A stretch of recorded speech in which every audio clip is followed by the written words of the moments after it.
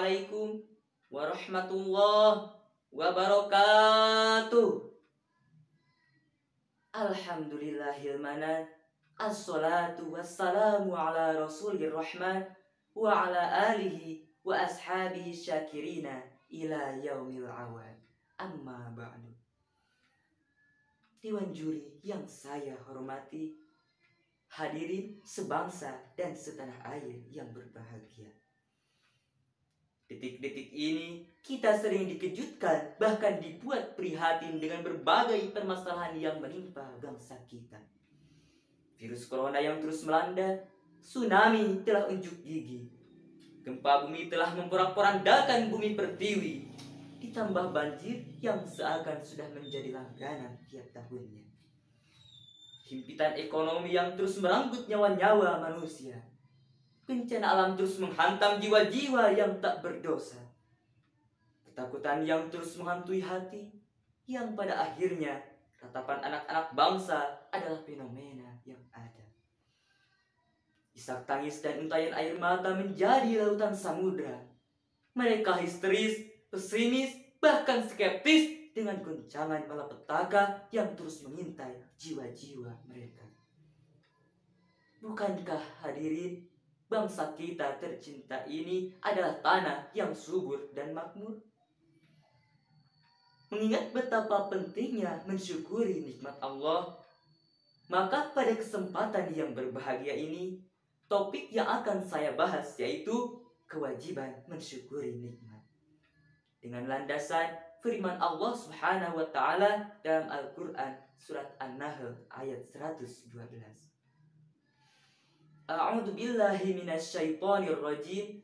Bismillahirrahmanirrahim. Wa daraballahu masalan qaryatan kanat aminatan mutmainnatan ya'tiha rizquha ragadan min kulli makanin fakafarat bi'an'amillah fa'adzaqaha Allahu libasal ju'i wal khaufi bima kanu yasna'un. Dan Allah telah membuat perumpamaan dengan sebuah negeri yang dulunya aman dan tentram. Rezeki datang kepadanya melimpah ruah dari berbagai penjuru. Tetapi penduduknya mengingkari nikmat Allah. Karena itulah Allah menimpakan kepada mereka bencana ketakutan dan kelaparan yang disebabkan apa yang telah mereka perbuat. Hadirin rahimakumullah. Mana Khalil Qatan dalam dirasah fi ulumil Quran mengatakan bahwa ayat tersebut merupakan bagian dari amsalul musarahah yang memiliki faidah litanfir, yaitu memberikan pelajaran agar manusia menjauhkan dirinya dari sikap-sikap yang terkandung dalam amsilah tersebut. Secara tekstual, menurut Syekh Mustafa Al-Maraghi bahwa ayat ini berkaitan dengan negeri Mekah yang aman, subur, dan makmur. Lalu dihancurkan oleh Allah karena mereka tidak bersyukur. Sedangkan secara kontekstual, ayat ini merupakan epistemologis bagi kita semua agar senantiasa mensyukuri nikmat Allah. Mengapa demikian? Karena meskipun bangsa kita adalah tanah yang subur, kaya akan sumber daya alamnya, indah panoramanya, adem, ayem, tentrem, dan sebagainya. Tapi jika masyarakatnya tidak bersyukur kepada Allah, maka yakinlah bangsa kita tercinta ini tidak akan pernah lepas dari berbagai bencana dan malapetaka. Nauzubillah min dzalik. Oleh karena itu hadirin, melalui lomba tausiah Ramadan ini, saya menghimbau agar bangsa kita ini cepat keluar dari permasalahan sosial yang sangat jelimet ini. Maka langkah pertama yang harus kita lakukan adalah membudayakan bersyukur terhadap nikmat Allah yang telah dianugerahkan kepada kita. Lalu bagaimana cara mensyukuri nikmat Allah tersebut? Sebagai jawabannya, mari kita renungkan di dalam Al-Quran surat Al-Anfal ayat 26. A'udzu billahi minasyaitonir rajim. Bismillahirrahmanirrahim. Wadhkuru id antum qalilun mustad'afuna fil ardi takhafuna ayyatakhattafakumun nas fa'awakum wa ayyadakum binasrihi wa razaqakum min thayyibati la'allakum tashkurun. Hadirin rahimakumullah, Dr. Wahbah Juhaili dalam tafsir Munirnya mensyaratkan, Ayawashkur ala ni'mati allati an'amtu alaikum bil qalbi wal lisani wasti'mali kullun udwan fiha khalqilahu min khairi wa nafa'an. Bersyukurlah terhadap apa yang telah kami anugerahkan kepadamu dengan hati, lisan, dan menggunakan semua anggota badan terhadap kebaikan dan kemanfaatan. Berdasarkan penafsiran tersebut, maka dapat kita ambil landasan metodis untuk bersyukur. Pertama, hati sebagai mediasinya. Maksudnya hadirin, ketika hati kita terpaut dan merasa rindu kepada Allah, maka saat itulah sebagai bentuk bersyukur. Hal ini sebagaimana diajarkan oleh Allah kepada Nabi Musa alaihissalam ketika Nabi Musa bertanya kepada Allah, Ya Rabbi, bagaimana kami bisa bersyukur kepadamu? Dan Allah menjawab, ingatlah kepadaku dan jangan sekali-kali kamu melupakanku. Kedua, lisan sebagai mediasinya.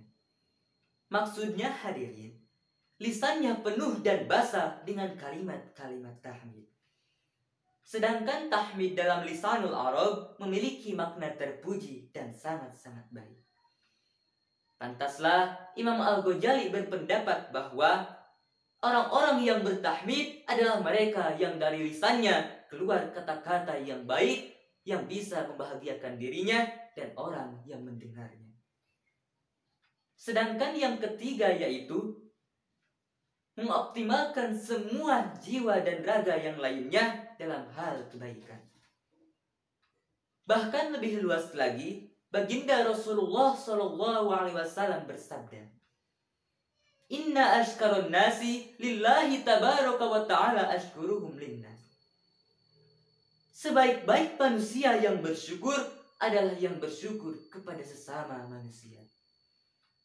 Maksudnya hadirin, ketika kita memudayakan bersyukur kepada sesama manusia dengan saling memberi, itu artinya kita pun telah memudayakan bersyukur kepada Allah. Inilah yang disebut dengan kesolehan sosial yang harus kita budayakan sekarang ini. Dengan kata lain, ketika kita peka terhadap masalah sosial, itu artinya kita pun telah bersyukur terhadap nikmat Allah.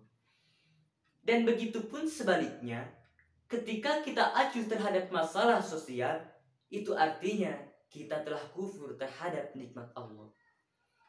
Dan bagi mereka orang-orang yang kufur, Rasulullah SAW telah mengecam dalam hadis qudsinya yang artinya, siapa saja yang tidak bersyukur terhadap nikmatku, lalu tidak ridho akan ketetapanku, serta tidak sabar terhadap ujianku, maka keluarlah dari muka bumi ini dan carilah Tuhan yang lain.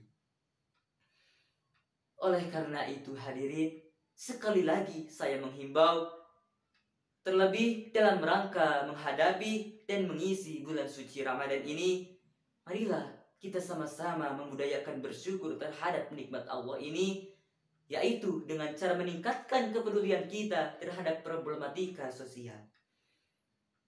Kepada para agnia saya menghimbau, sudah saatnya kita saling membagi, saling mengasihi, dan saling mencicipi sebagian rizki yang telah Allah anugerahkan kepada kita.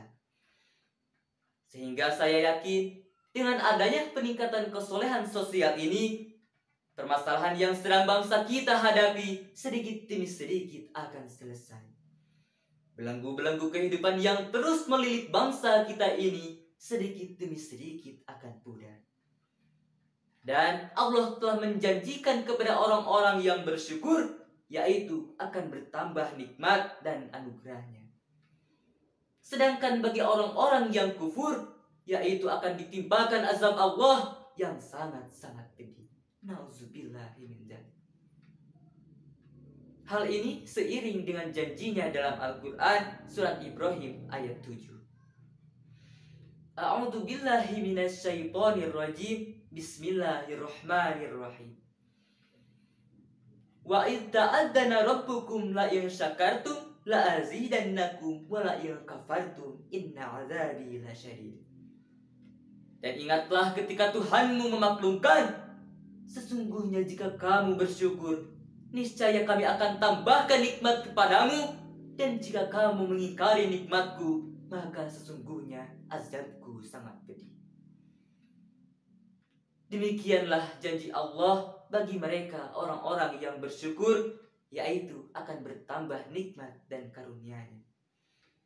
Dan bagi mereka orang-orang yang kufur, yaitu akan ditimpakan azab Allah yang sangat-sangat pedih.